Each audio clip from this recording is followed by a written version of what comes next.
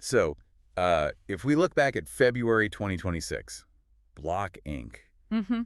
basically slashed half of its entire workforce. Right, which is just massive. Yeah, that is 5,000 jobs just wiped out.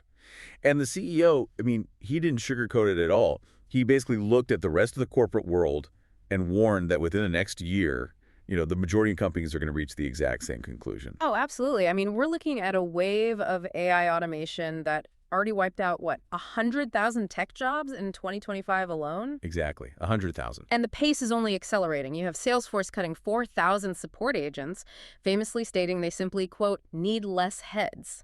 Wow. Yeah. And at Goldman Sachs, they've deployed Cognition's Devin AI. And we aren't talking about, a glorified spell checker or like an autocomplete for your code. Right, this isn't just a helpful little widget. No, not at all. Devin is spinning up environments, debugging, and deploying software completely autonomously. It is literally allowing a single engineer to do the work that used to require a dedicated 5-person team. The ground is just shifting completely. It really is. And I mean, the numbers are terrifying if you just look at them on the surface. Yeah. But our mission today isn't to just, throw doom and gloom statistics at you and leave you panicking. Right. Nobody needs more of that. Exactly. So today we are taking a deep dive into a brilliant new paper by Dr. Jonathan H. Westover. It's titled The Competitive Trap. And honestly, the core insight here completely flipped my perspective on what is actually happening in the boardroom. It really reframes the whole narrative, doesn't it? It does. We aren't just looking at ruthless executives replacing humans with machines just to save a quick buck. We're looking at a massive hidden market failure. Yeah, structural issue. Yes, exactly. Dr. Westover's research proves that completely rational, forward-looking companies are basically accidentally trapping themselves in this vicious cycle that systematically destroys their own customer base. Okay, let's unpack this. How do brilliant, highly paid executives end up automating themselves into a corner? Well, the public discourse treats this current trajectory as if it's just, an inevitable force of nature or simple corporate greed. Yeah. But economic theory, specifically the game-theoretic models laid out in this paper, it reveals a much deeper mechanical flaw. Okay, lay it on me. What's the flaw? It comes down to a concept called a structural externality. Right. When a company adopts an AI system to replace a segment of its workforce, it captures 100% of the immediate cost savings. Sure, the payroll drops. Exactly. The payroll drops, the quarterly margins look fantastic, and, the stock price usually gets a nice little bump. Yeah. But the executives are completely ignoring the second half of the equation. Which is the displaced workers. Right. Those displaced workers are also consumers. When their income disappears, their purchasing power vanishes, and aggregate demand in the broader economy just drops. Okay, so it's exactly like standing up at a concert. Oh, I like that. How so? Well, think about it. If you are in the 10th row and you stand up, you get 100% of the benefit of a better view. Right. And you only block a tiny fraction of the stadium behind you, so it feels worth it. But because everyone in the stadium has the exact same incentive to get a better view, literally everyone stands. Yeah, and then nobody can see. Exactly.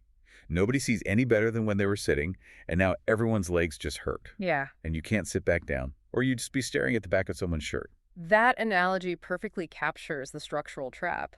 In this economic concert, the stadium is slowly sinking while everyone refuses to sit. Wow, yeah. The paper actually refers to this as the 1/n math, where n represents the number of competitors in a given market. Okay, so if I have a 1% market share. Then you enjoy all the financial upside of firing your staff, but you only bear 1% of the pain when those fired workers stop buying things. Because they buy from everyone else, too. Exactly. The other 99% of the damage falls on your competitors.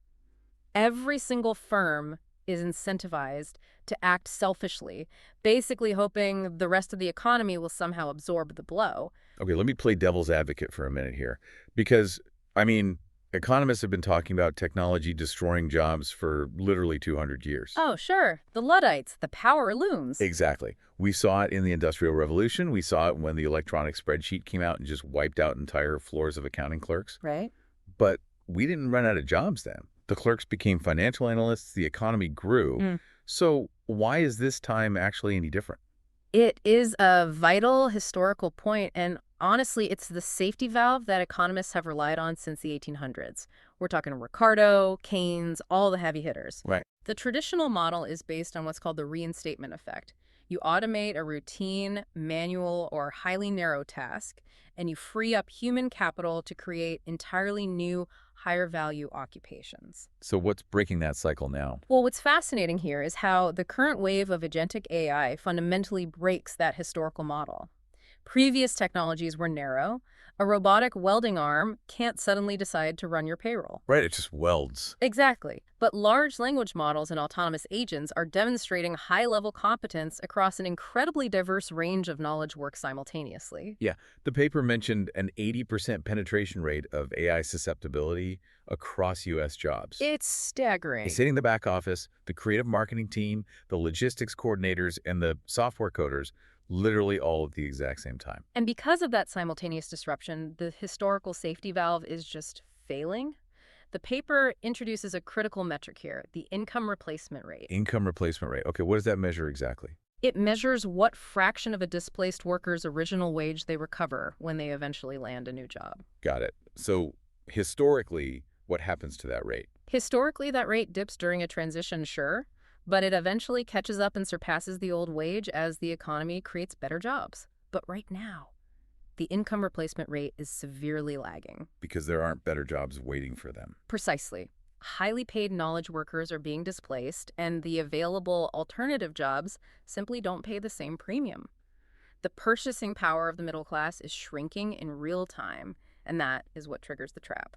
I really want to make this tangible because, the theory is fascinating, but seeing it play out on an actual corporate balance sheet is where it gets incredibly real for you, the listener. Oh, definitely. The case studies in this paper are eye-opening. Yeah, let's talk about the Healthcare Administration Company, Acme Business Solutions. Right, Acme. Between 2024 and 2025, Acme brought in specialized AI models and basically automated 40% of their claims processing tasks. That's a massive chunk of their workflow. Huge. And they cut their per-unit labor cost by 35%. I mean, if you were an executive at Acme looking at that first quarter, you were popping champagne. Oh, you're getting a massive bonus. Exactly. You've just revolutionized your overhead. Until the hangover hits 6 months later. Right. Tell us about the hangover. Because Acme doesn't operate in a vacuum.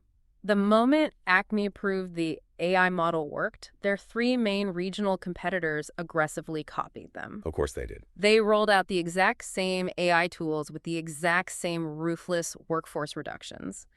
So within a few quarters, you had thousands of back-office healthcare workers in that specific region suddenly without paychecks. And think about what happens next, right? A newly unemployed claims processor doesn't just sit at home doing nothing. No, they panic and start cutting costs. They actively cut their household budget, they cancel their gym membership, they delay buying a new car, and crucially, they delay going to the doctor for elective procedures. Right, they skip the physicals, they stretch out their prescriptions. Exactly. And the ripple effect is devastating. Those displaced workers stop spending money, which noticeably reduced the overall demand for healthcare services in the region. Which hits Acme right in the wallet. Exactly. Because Acme's clients are those very healthcare providers. Because fewer patients were coming through the doors, those clinics and hospitals suddenly needed fewer back-office services. Wow. Acme's contract renewal rates started dropping. Their revenue base shrank faster than their newly optimized cost structure could handle. So they basically automated themselves into a hole? Yes. The automation they implemented actually crushed their own margins, leaving them fundamentally worse off than before they ever deployed the AI. That is just wild. Yeah. And there was another one, FinTech Forward, right?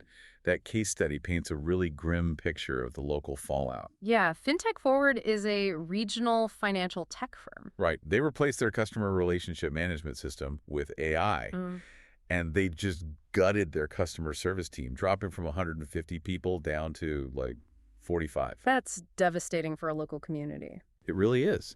And the researchers actually tracked the localized spending of the people who were let go. It showed a 30% drop in local discretionary spending. 30%. 30%. That means 105 families who suddenly stopped ordering Friday night pizza, stopped taking their clothes to the local dry cleaners, and stopped hiring local contractors. So the local businesses take a hit, they lay off their own staff, and the cycle just accelerates. Exactly. But here's my question. If the data so clearly shows that firing these workers destroys the local economy and eventually hurts the company's own bottom line, why don't they just stop? Well, looking at it from the outside, it feels like collective madness, right? Right. But from the perspective of an individual CEO, it is a highly rational, almost inescapable mathematical bind. In game theory, this is known as a dominant strategy. Okay, dominant strategy. Explain that. Imagine the CEO of FinTech Forward sees this data, realizes the trap, and decides to halt the AI rollout to protect their 150 workers. Okay, good guy CEO. Right, but their competitors are not going to stop. The competitors will keep aggressively automating and firing people. So FinTech Forward would still suffer from the macroeconomic drop in customer demand caused by everyone else's layoffs. Because the whole town is still suffering? Exactly. But now FinTech Forward is navigating that shrinking market with vastly higher operating costs than their rivals. Oh, man. They would be entirely uncompetitive. They'd go bankrupt. So you are looking at a grim binary. If you don't automate, you lose your competitive edge and die quickly.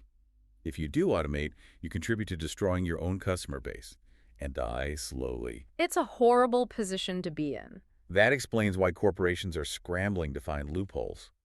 Ways to look like they're addressing the human cost without actually stopping the AI rollout. Oh, the corporate band-aids. Yes. The paper calls them out, and honestly, reading through these corporate band-aids is like watching someone try to put a piece of tape over a check engine light. That's a very accurate description. Companies are highly aware of the friction this transition is causing, both internally with morale and externally with public relations. So they do some PR spin. Yeah, they deploy various strategies to manage the optics and the immediate sting, but virtually none of them address the underlying mathematics of the demand destruction trap. Let me throw one of the most common corporate talking points at you. Sure. The word augmentation. Every CEO right now claims they aren't replacing humans, they are augmenting them. Yes, augmentation. The paper highlights the healthcare diagnostics group. They brought in AI to pre-screen complex radiology scans. But they made a big public show of not firing the human radiologists. Right, they kept the humans. The AI just flags the abnormalities, and the human doctors handle the complex final reviews. So they process more volume, everyone keeps their job, and a hospital makes more money. I mean, isn't that the perfect win-win? Well, if we connect this to the bigger picture, augmentation is merely an intermediate phase. It is damage mitigation, not a cure. Not a cure. Why not? Because the competitive pressure for pure substitution always remains lurking in the background. Think about the mechanics of how that AI system is operating inside the hospital. Okay. Right now, it needs the radiologist to confirm its findings. But the machine learning models are actively training on every single scan those human experts verify or correct. Oh, wow. So the human is essentially teaching their digital replacement how to be flawless. Exactly. Once the AI crosses a statistical threshold where it is demonstrably as reliable as the human radiologist, which, by the way, is the explicit stated goal of the developers building these systems, the economic pressure returns violently. Because if a rival clinic down the street fully substitutes their humans for the now perfected AI, they can drop the price of an MRI by like 60%. And the augmenting clinic, the one still paying human salaries, gets priced out of the market overnight. Augmentation just delays the demand destruction. It doesn't prevent it. That makes total sense. Yeah. What about procedural justice? Like being really transparent about the layoffs? Right. Procedural strategies. The Midwest Manufacturing Cooperative is a great example of this from the paper. Yeah. They gave their workers 18 months notice before bringing in a fleet of robotic welders and AI supply chain managers. They even let the workers vote on the implementation timeline. Which sounds incredibly progressive on paper. It does. It prevents lawsuits, it preserves the company's reputation, and it gives people a year and a half to update their resumes. True. But giving someone 18 months to prepare for a layoff doesn't change the fact that they are eventually losing their primary source of income. Right. A politely fired worker still stops buying goods. The demand disruption math is identical. The same illusion applies to generous severance packages. Oh, I've seen this. Major banks offering displaced analysts 6 months of full pay and 12 months of continued health insurance. Exactly. And look, this creates a vital temporary safety net for the individual, keeping their purchasing power alive in the short term. But severance is fundamentally an income cliff. Right. The money runs out. It runs out. And unless that worker finds a new job paying the exact same wage before the severance ends, which, given the lagging income replacement rate we discussed, is highly unlikely, the aggregate demand destruction is simply postponed. I was really hoping the profit-sharing model would be the silver bullet here. It's a popular idea. The idea is You give the workers equity or shares in the company. So when the AI boots up, efficiency skyrockets, profits go up, and the workers get a dividend check. It's an elegant idea on paper, but the macroeconomic math simply doesn't clear. Why not? Well, when a displaced worker receives a dividend check from their former employer, they don't spend 100% of that money back into the exact same sector. Oh, of course. They might use it to pay down a mortgage or buy groceries. Or save for a rainy day. They aren't turning around and buying the specific enterprise software or healthcare administration services that the company sells. So the local demand for that specific industry still dries up. Exactly. While it certainly helps the individual worker stay afloat, it never fully offsets the localized demand loss for that specific industry. The systemic incentive to over-automate remains completely intact. So individual corporate goodwill is mathematically incapable of fixing a market failure. If you try to fix it alone, the market punishes you. That's the painful truth. That means we have to look at systemic interventions. If the players can't change the game, you have to change the rules. Let's look at the interventions that actually alter the equation, starting with retraining. Retraining is actually the one internal corporate strategy that targets the correct variable. It directly addresses the income replacement rate. Yeah, the paper points to the TechCorp training initiative. They brought in AI and realized they didn't need a massive chunk of their customer service reps. Right. But instead of cutting them loose with a severance check, they took 200 of those displaced reps and put them through a rigorous paid upskilling program. Which is incredible. They trained them in data analysis, AI oversight, and systems management. And 75% of those workers actually came out the other side with a pay bump. And systemically, this works because true upskilling ensures the worker remains a high-value consumer in the economy indefinitely. They don't lose their purchasing power, so the aggregate demand doesn't fall. But there's a catch, right? There's always a catch. The tragedy, once again, is the structural trap. TechCorp bore the full financial costs of that extensive training program. But their competitors who fired their staff and paid nothing for training get to enjoy the macroeconomic benefits of those 200 TechCorp workers spending their new, higher salaries out in the economy. Wow. TechCorp is effectively subsidizing their competitors' customer base. Exactly. Which is why voluntary efforts are so fragile unless there is aggressive coordination. I mean, if doing the right thing gets you punished, the only way to survive is if everyone agrees to do the right thing together. This is where the Regional Manufacturing Alliance comes into play. Right.